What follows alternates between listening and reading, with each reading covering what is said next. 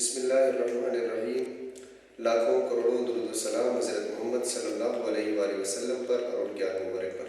Dear students, आज हम chapter first start करेंगे, real number system first year का। तो डिस्कस करते हैं कि रियल नंबर क्या होते हैं बेटा। ये देखें, आप लोग इन तमाम नंबर को रियल कहते हैं, 0, 1, 2, 3, 4, इसी तरह -1, -2, -3 या +1 फ्रैक्शन की फॉर्म में भी हम लिख लेते हैं कि ये रियल नंबर होते हैं जी। ओके, क्वेश्चन ये पैदा होता है कि हम इनको रियल कहते क्यों हैं। ठीक, कि 1 है, 2, 3, 4, 1/2, 3/4 अप टू 100, हम इनको रियल कहते क्यों। बेटा रियल नंबर किसी को भी कहना है तो उसकी एक प्रॉपर डेफिनेशन होती है। हम इन नंबर को रियल क्यों कहते हैं। बेटा किसी भी नंबर को रियल कहना है तो हम हर उस नंबर को रियल कहते हैं अगर उसका स्क्वायर करें आंसर नॉन नेगेटिव है। बेटा नॉन नेगेटिव में 0 भी शामिल होता है, 1, 2, 3, 4। इट्स मीन कि अगर हम किसी भी नंबर का स्क्वायर करें और उसका आंसर नॉन नेगेटिव है तो वो बेटा नंबर क्या होते हैं, रियल नंबर होते हैं। आप देखिए फॉर एग्जांपल 1 का स्क्वायर करूंगा +1, 2 का स्क्वायर करूंगा 4, इट्स मीन कि पॉजिटिव आना शुरू हो गया, नॉन नेगेटिव। -1 का स्क्वायर करेंगे तो +1, -2 का स्क्वायर करेंगे तो +4। इट्स मीन कि हम जितने भी नंबर आप सोचेंगे उनका स्क्वायर करेंगे तो डेफिनेट सी बात है आंसर आपके पास नॉन नेगेटिव या पॉजिटिव आ जाएगा। अब क्वेश्चन ये होता है कि हम किसी भी नंबर का स्क्वायर करें तो वो तो पॉजिटिव ही आएगा, स्क्वायर तो होता ही पॉजिटिव है, नेगेटिव तो आने की कंडीशन ही नहीं है। बेटा एक मैं नंबर लिख रहा हूँ, ये देखिए √-3। अब इसके बेटा स्क्वायर लेते हैं, -3 का स्क्वायर, ये कैंसिल हो जाएगा तो आंसर क्या आ गया, नेगेटिव। तो इट्स मीन कि अगर किसी भी नंबर का स्क्वायर करें आंसर नॉन नेगेटिव या पॉजिटिव है तो वो बेटा क्या होता है आपके पास, रियल नंबर। अगर स्क्वायर नॉन नेगेटिव ना है, नेगेटिव नंबर आ जाए वो बेटा रियल नहीं होते, वो कुछ और नंबर होते हैं, हम अगले लेक्चर में डिस्कस करेंगे। That number is called complex number. तो रियल नंबर की डेफिनेशन क्या बनी बेटा, रियल नंबर की डेफिनेशन आपके पास बनेगी, a number whose square is non negative is called real number. तो अब आपने किसी को भी रियल नंबर कहना है तो उस पर डेफिनेशन ये फिट करें, अगर ये फुलफिल कर रहे हैं तो that number is called real number. Okay, next बेटा बड़ा इंपॉर्टेंट टॉपिक है जी, रैशनल नंबर आपके पास क्या होता है। रैशनल नंबर को डिफाइन हम कैसे करते हैं बेटा। First of all rational number को अंडरस्टैंड करने के लिए पहली जो कंडीशन होती है रैशनल नंबर, फिर हम इसकी डेफिनेशन करते हैं। रैशनल नंबर बेटा मैं आपकी सिंप्लीफिकेशन के लिए इसमें 4 रूल्स इनपुट करवा देता हूं कि अगर ना कोई भी नंबर फ्रैक्शन की फॉर्म में लिखा जा सके, इन द फॉर्म ऑफ फ्रैक्शन, अब यूजुअली हम नोटेशन यूज करते हैं p/q। अगर बेटा इस फॉर्मेट में हमारे पास कोई लिखा जा सके फ्रैक्शन की, पहली कंडीशन ये होनी चाहिए। दूसरी बेटा कंडीशन आपके पास क्या होनी चाहिए, p और q जो है ये होने किस टाइप की चाहिए बेटा, ये जो p और q होने चाहिए ये बोथ इंटीजर होने चाहिए। अब क्वेश्चन ये है कि बेटा इंटीजर क्या होते हैं, all those number 0, 1, 2, 3, -1, -2, -3 up to 1, ये बेटा नंबर आपके पास जो होते हैं ये आपके पास इंटीजर कहलाते हैं कि p q आपके पास क्या होने चाहिए, इंटीजर होने चाहिए। तीसरी बेटा कंडीशन क्या होनी चाहिए, q नॉट इक्वल टू 0, कि डिनोमिनेटर में आपके पास 0 नहीं होना चाहिए। देखिए बेटा 0 अगर हो जाएगा फॉर एग्जांपल 2/0, जब भी डिनोमिनेटर में 0 आता है तो उसका आंसर क्या आता है, इंफिनिटी। एक और पॉइंट आपने नोट करना है कि बेटा एट अ टाइम p और q 0 नहीं होने चाहिए। q तो 0 नहीं होगा, डेफिनेट सी बात है, तो p 0 हो भी जाए तो कोई इशू नहीं है। 0/0 फॉर्मेट से बचाने के लिए पहली कंडीशन रैशनल नंबर के लिए क्या होती है बेटे, फ्रैक्शन की फॉर्म में लिखा जाए इन the form of pq। pq पे क्या रेस्ट्रिक्शन होती है कि pq बिलोंग्स करना चाहिए इंटीजर से। और तीसरी कंडीशन बेटा q नॉट इक्वल टू 0।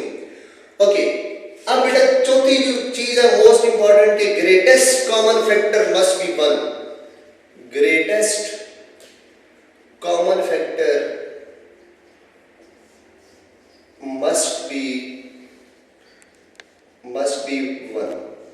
1 से बड़ा होगा तो बेटा उसको रैशनल नहीं कहते, कुछ आकर इसको इस कंडीशन को वायलेट करते हैं, लेकिन हम इस लेवल पे इसी कंडीशन पे ही चले कि ग्रेटेस्ट कॉमन। इट्स मीन कि रैशनल नंबर बनाने के लिए फर्स्ट ऑफ ऑल क्या होना चाहिए बेटा, कि फ्रैक्शन की फॉर्म में लिखा होना चाहिए। फ्रैक्शन के अलावा आपके पास ये जो फ्रैक्शन है ये दो नंबर पे कंडीशन क्या होनी चाहिए कि आपके पास बेटा ये दो नंबर इंटीजर होने चाहिए, डिनोमिनेटर नॉट इक्वल टू 0, और दोनों में ग्रेटेस्ट कॉमन फैक्टर। बेटा ग्रेटेस्ट कॉमन फैक्टर क्या होता है, ये देखो ये फ्रैक्शन की फॉर्म में लिखा गया, फ्रैक्शन की फॉर्म में लिखा गया। उसके बाद दूसरी कंडीशन में p q belongs to integer, ये बेटा 2 है, ये 3 तीसरी condition Q not equal to 0। Greatest common factor क्या है कि क्या ये बेटा मजीद सिंपलीफाई तो नहीं हो सकता। हमारे पास ये जो ग्रेटेस्ट कॉमन फैक्टर है ये मस्ट वन होना चाहिए, इधर 2 3 नहीं होना चाहिए, 4 5 नहीं होना चाहिए, 1 से बड़ा नंबर नहीं होना चाहिए। अगर होगा तो हम उसको बेटा वायलेशन होगी। तो मैं आपको सिंपल सेंस में समझाऊं कि कोई भी आपके पास फ्रैक्शन लिखिए उसको लोएस्ट टर्म में लिख लो तो ग्रेटेस्ट कॉमन फैक्टर आपके पास क्या बन जाएगा 1। तो रैशनल नंबर की बेटा जो डेफिनेशन होगी, a number which can be written in the form of fraction p और q where p q belongs to integer and q not equal to 0। आपने बेटा ये चार कंडीशन याद रखनी, रैशनल नंबर की डेफिनेशन बन जाएगी। तो मैंने प्रॉपर डेफिनेशन भी लिखी हुई है कि define rational number a number which can be written in the form of fraction p over q where p q belongs to integer। integer बेटा मैंने आपको बता दी कि 0 1 2 3 -1 -2 -3 ये बेटा integer होते हैं, q not equal to 0। और चौथी कंडीशन मैंने बेटा आपको मेंशन कर दी। अब क्वेश्चन बेटा आता है कि हमारे पास डिफाइन इररेशनल नंबर। पहला पॉइंट बेटा आपने जो नोट करना है कि इररेशनल नंबर की कोई अपनी स्पेसिफिक डेफिनेशन नहीं होती। हम हर उस नंबर को इररेशनल कहते हैं जो बेटा रैशनल नहीं होता। इट्स मीन कि number which is not rational is called irrational number. A number which is not rational is called irrational number. अब इट्स मीन कि पहला पॉइंट आपने बेटा नोट करना है कि इररेशनल की अपनी कोई खास डेफिनेशन नहीं होती, ये डिपेंड कर रहा होता है रैशनल। अगर कोई रैशनल नहीं होगा तो वो इसके खाते में आ जाएगा। ओके, अब बेटा मैं आपको एक सिंपल सा रूल बताता हूँ, ये बेटा लाजमी नोट करना है रैशनल नंबर का, ये हेल्पफुल होगा आपके लिए। अब बेटा मैं आपको एक सिंपल सा रूल बताता हूँ कि हम लोग कैसे इररेशनल नंबर को बना सकते हैं। आपको बेटा पता होगा कि प्राइम नंबर जो होते हैं वो बेटा ये होते हैं 2 3 5 7 11 13 17 अप टू सो ऑन। बेटा ये प्राइम नंबर लिखे, इस पर स्क्वायर रूट डाल दीजिए। जब भी प्राइम नंबर पे बेटा स्क्वायर रूट आएगा तो ये बेटा इररेशनल नंबर बन जाएंगे हमारे पास। क्लियर होगी बात? ओके, तो बेटा आपको मेजर दो डेफिनेशन मोस्ट अच्छी होनी चाहिए बेटा कि first of all rational number क्या होती है, रैशनल नंबर को डिफाइन कैसे करते हैं। A number which can be written in the form of fraction, बेटा फ्रैक्शन में लिखा जाए। दूसरी कंडीशन p को इंटीजर होने चाहिए। तीसरी condition q not equal to 0 होना चाहिए। चौथी कंडीशन बेटा greatest common factor must be 1 होना चाहिए आपके पास। ओके, इररेशनल की क्या डेफिनेशन होती है बेटा, a number which can not be written in the form of fraction या a number which is not rational is called irrational number. Okay, अब बेटा एक क्वेश्चन मैंने कराना है, उसके लिए कुछ टेक्निकल पॉइंट्स में बता देता हूँ। बेटा फॉर एग्जांपल कोई भी मैथमेटिक्स में आप लोग प्रूफ करते हैं, प्रूफ के मेथड कितने हैं, methodology to proof, method to proof. बेटा प्रूफ के मेथड कितने होते हैं आपके पास। बेटा किसी भी चीज को मैथमेटिक्स में हमने प्रूफ करना है बेसिक लेवल पर, ये 3 मेथड होते हैं। बाकी हम एक्स्ट्रा नॉलेज के लिए हम और भी लिख सकते हैं, लेकिन बेसिक जो बेटा होते हैं हमारे पास वो 3 होते हैं। पहला बेटा मेथड होता है हमारे पास induction method, induction method, induction method. दूसरा बेटा होता है डिडक्शन, डिडक्शन मेथड। तीसरा होता है बेटा कंट्राडिक्शन मेथड, कंट्राडिक्शन मेथड। ये बेटा 3 मेथड होते हैं कि किसी भी चीज को मैं प्रूफ करूंगा तो ये 3 मेथड होते हैं, induction method, deduction, contradiction. According to condition हम सॉल्व करते हैं। अब पहला पॉइंट बेटा ये कि इंडक्शन मेथड हम कहां लगाते होते हैं, डिडक्शन कहां लगाते हैं और कंट्राडिक्शन हम कहां लगाते हैं। ये बेटा फर्स्ट, ये सेकंड, ये थर्ड। अब बेटा इंडक्शन मेथड हम जब भी किसी भी चीज को प्रूफ करना हो सेट ऑफ नेचुरल नंबर के लिए तो हम इंडक्शन मेथड लगाते हैं। हम इसको डिटेल से डिस्कस करेंगे चैप्टर 8 में। जैसे आपने नोट करना है कि हम इंडक्शन मेथड किसको प्रूफ के लिए लगाते हैं, सेट ऑफ नेचुरल नंबर की जितनी भी प्रूफ करेंगे हम बेटा इंडक्शन मेथड यूज करेंगे। डिडक्शन मेथड क्या होता है बेटा, इसका सिंपल मैं आपको एक रिजल्ट लिख के देता हूं। फॉर एग्जांपल ये मेरे पास रिजल्ट है an minus bn इक्वल है an minus 2 an bn minus bn plus 3 an bn। ये बेटा मैंने जर्नल लिखा है, ये ठीक भी हो सकता है गलत भी हो सकता है, समझाने के लिए। ये मेरे पास एक किसी भी चीज का रिजल्ट है। अब बेटा मैं n की जगह 1 लिखता हूं, मैं इधर तमाम n की जगह 1 लिखता हूं, ये कोई और रिजल्ट आ जाएगा। n की जगह 2 लिखता हूं, इधर कोई और रिजल्ट आना शुरू, ये जर्नल रिजल्ट है। एक आपके पास अगर जर्नल रिजल्ट हो आप उसमें n की पुटिंग करना शुरू, पहले 1 पुट करें, 2 1 के लिए कोई और आंसर आएगा, 2 के लिए कोई और आंसर आएगा, 3 के लिए कोई और आंसर आएगा। तो इट्स मीन कि डिडक्शन मेथड उसके लिए लगता है कि आपके पास कोई जनरल रिजल्ट हो, उसमें आप खुद से पुटिंग करें, उसको डिडक्ट करना शुरू करें रिजल्ट 10 की जगह 1 2 3 4 अप टू सो। तो ये डिडक्शन मेथड होता है। ओके बेटा, कंट्राडिक्शन मेथड हम कहाँ यूज करते हैं? बेटा मैथमेटिक्स में हम हर उस चीज को प्रूफ करने के लिए कंट्राडिक्शन मेथड लगाते हैं अगर किसी की अपनी डेफिनेशन ना हो, वो किसी और पर डिपेंड कर रहा हो, तो हम बेटा उधर कंट्राडिक्शन मेथड यूज करते हैं। ठीक, अब फॉर एग्जांपल मैं लिटिल बिट आपको मैं एग्जांपल देता हूं। For example set of irrational number, कोई भी चीज प्रूफ करनी है कि ये इररेशनल नंबर, मैं कहता हूं √2 इज इररेशनल। इसको बेटा मैंने प्रूफ कर √2 इररेशनल है। अब √2 हमें पता है कि ये इररेशनल है, हमने इसको प्रूफ करना है। अब प्रूफ बेटा ना इंडक्शन से कर सकते हैं ना डिडक्शन से, जस्ट कंट्राडिक्शन मेथड होगा, क्योंकि जिसकी अपनी डेफिनेशन नहीं होती, जो डिपेंड कर रहा होता है कि किसी और पर, तो हम उसका जो प्रूफ होगा बेटा किस मेथड से करेंगे? कंट्राडिक्शन मेथड से। तो जितने भी इररेशनल के प्रूफ हम करेंगे वो किससे बेटा करेंगे? कंट्राडिक्शन मेथड से। ओके, अब बेटा हम एक क्वेश्चन डिस्कस करते हैं कि कंट्राडिक्शन मेथड हमारे पास क्या होता है, हम इससे सॉल्व करते हैं।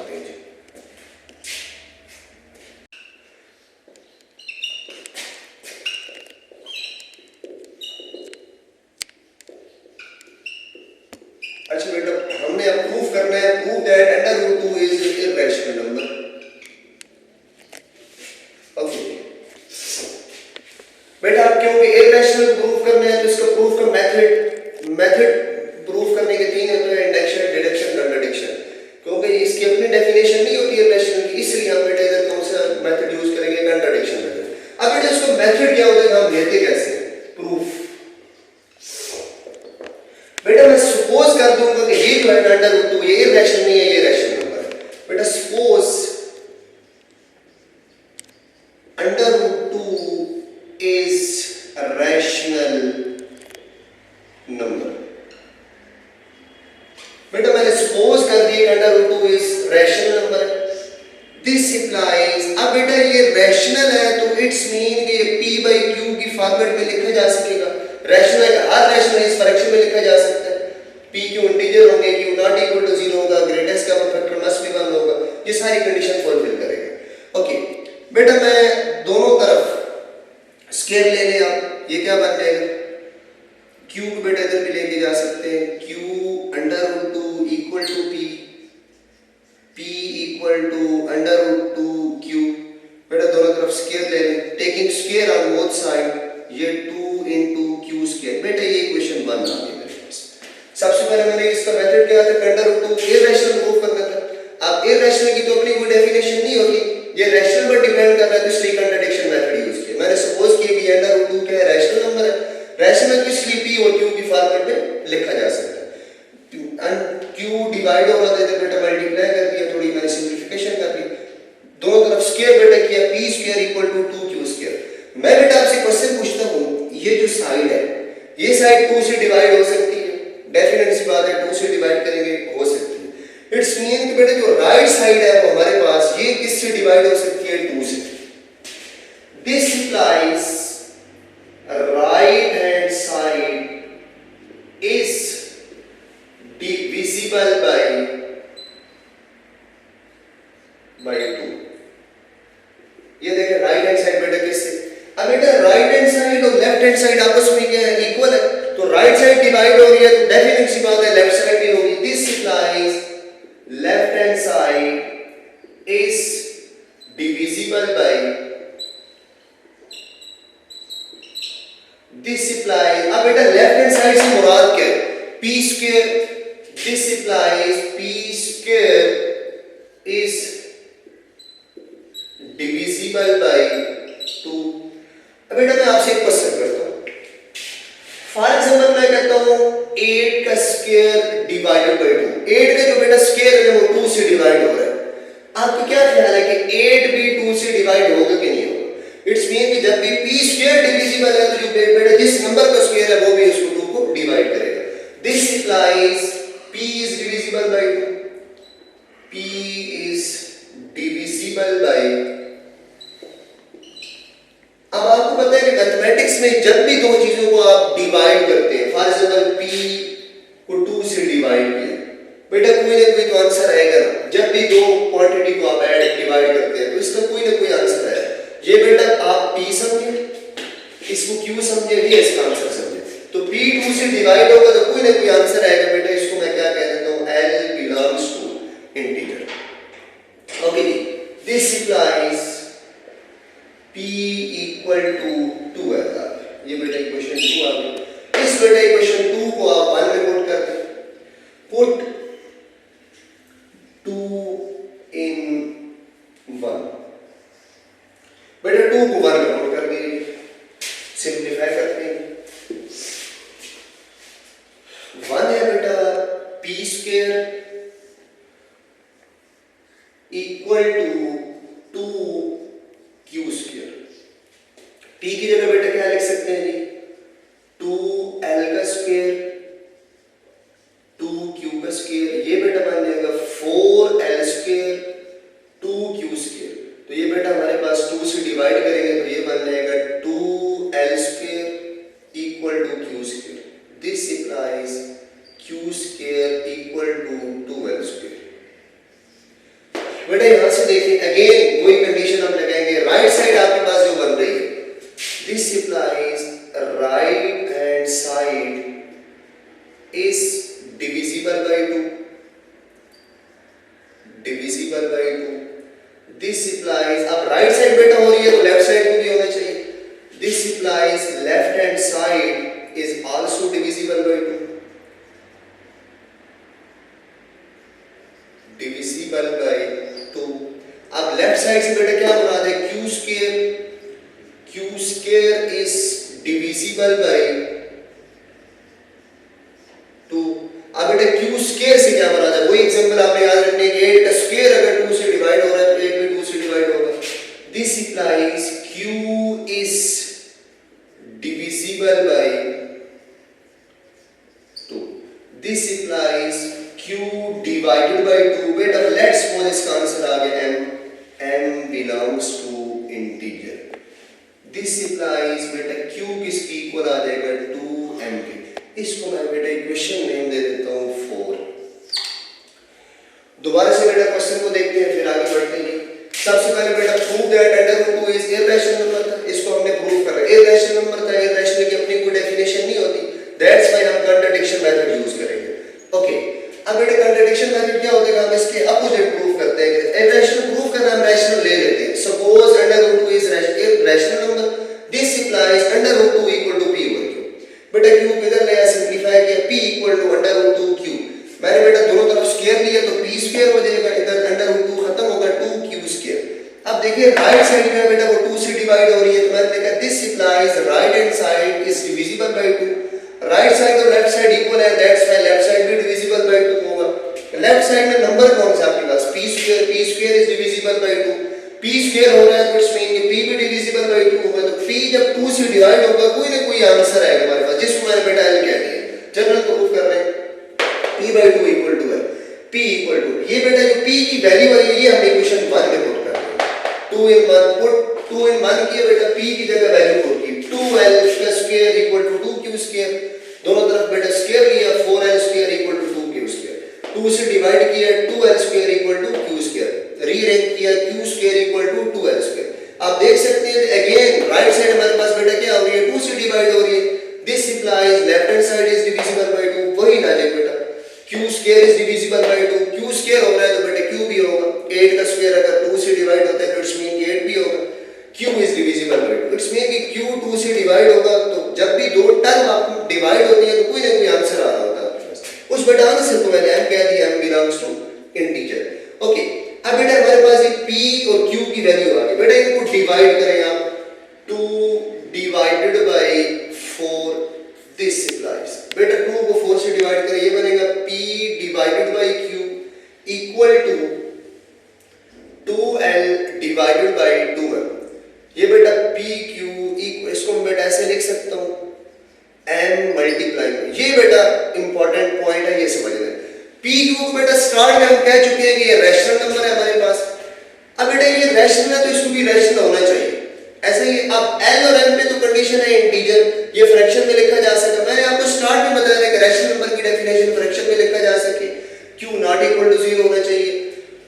अब इसमें ग्रेटेस्ट कॉमन फैक्टर आपके पास जो होना चाहिए वो क्या होना चाहिए बेटा 1। अब इधर ग्रेटेस्ट कॉमन फैक्टर क्या आ रहा है 1 ही आ रहा है। ये रैशनल है और ये इक्वालिटी का साइन होल्ड नहीं करना क्योंकि ये रैशनल बन जाएगा बिकॉज ग्रेटेस्ट कॉमन फैक्टर बेटा आपके पास क्या होना चाहिए वो 1 से बड़ा नहीं होना चाहिए 1 होना चाहिए। अब लिखना है एज 2 ग्रेटर देन 1 क्योंकि रैशनल नंबर होने के लिए तो बेटा 1 का होना जरूरी था। ये 1 से बड़ा नंबर आ गया as 2 greater than 1 which is contradiction because ये बेटा रैशनल है तो ये भी रैशनल होना चाहिए तो इक्वालिटी तो होल्ड करनी चाहिए। आप बेटा इक्वालिटी होल्ड नहीं कर रहे दैट्स व्हाई बेटा मैंने कहा ये contradiction है which is contradiction so our supposition is wrong। बेटा मैंने सपोज किया था कि √2 इज रैशनल है। Our supposition is wrong this implies √2 is irrational. ये बेटा हमने प्रूफ कर दिया कि √2 इज रैशनल। दोबारा से एक मतलब बेटा समझाता हूं इसी को आपने मेन फोकस करना है। इसी से बेटा हम 8-10% इसी स्टेप से बना देंगे। देखिए बेटा proof that √2 is irrational proof करना था हम लोगों ने। इररेशनल के जितने भी प्रूफ होंगे हम कंट्रास्ट मेथड यूज करेंगे कंट्राडिक्शन मेथड से बिकॉज़ उसकी अपनी डेफिनेशन नहीं होती। फाइन जिनकी अपनी डेफिनेशन नहीं होती हम उनके बेटा मेथड किससे करते हैं कंट्राडिक्शन मेथड से। फाइन तो सपोज √2 इज रैशनल नंबर किया था √2 को मैं किस फॉर्मेट में लिख सकता हूं p और q को बेटा इधर लिया रीअरेंज किया p √2 q स्क्वायर लिया बेटा दोनों तरफ p square 2q square. Right side बेटा 2 से डिवाइड हो रही थी लेफ्ट साइड भी 2 से डिवाइड होनी चाहिए। लेफ्ट साइड से मुराद है p स्क्वायर से मुराद है p जब 2 से डिवाइड होगा तो बेटा l कोई ना कोई इंटीजर रहेगा p 2 ये बेटा इक्वेशन भाग आ जाएगी। इसको बेटा आपने इसमें पुट करना है। पुट करेंगे सिंपलीफाई करेंगे तो आपके पास इक्वेशन 3 बनेगी। अगेन आपके पास राइट साइड डिविजिबल बाय 2 बनेगी लेफ्ट साइड भी डिविजिबल बाय 2 होगा बेटा। लेफ्ट साइड से क्या मुराद है q स्क्वायर तो q डिवाइड ओवर 2 से तो कोई ना कोई आंसर आ जाएगा। अब बेटा 2p और q की जो वैल्यू है इनको आपस में डिवाइड करेंगे तो ये आपके पास रिजल्ट आएगा। ये मेन बेटा इक्वेशन है। आपको ये स्टेप समझ आना चाहिए। ये p q ये तो बेटा रैशनल है इसको भी रैशनल होना चाहिए बट ये रैशनल नहीं है because 2 greater than 1 which is contradiction our supposition is wrong hence √2 is irrational. अब बेटा अगर मैं क्वेश्चन चेंज कर देता हूं फॉर एग्जांपल मैं कहता हूं √3 इज इररेशनल प्रूफ करें। आपने क्या करना है suppose √3 is rational this implies √3 और p जान लो बेटा 3 आ रहा है 2 आ रहा है 3 कॉपी पेस्ट कर दे इधर 3 आ जाएगा बेटा इधर 3 अब इधर आ जाएगा 3 यूज किया तो राइट साइड बेटा किससे डिवाइड होगी डिविजिबल बाय 3 आ जाएगा। लेफ्ट साइड 3 से डिविजिबल होगी p square is divisible bye 3 p इधर बेटा 3 आ जाएगा p 3 आ जाएगा। ये बेटा 3 है इधर पुट करेंगे सिंपलीफाई करेंगे तो इधर q स्क्वायर 3l स्क्वायर आ जाएगा। Right hand side divisible by 3 आ जाएगा सारा कॉपी पेस्ट q 3m।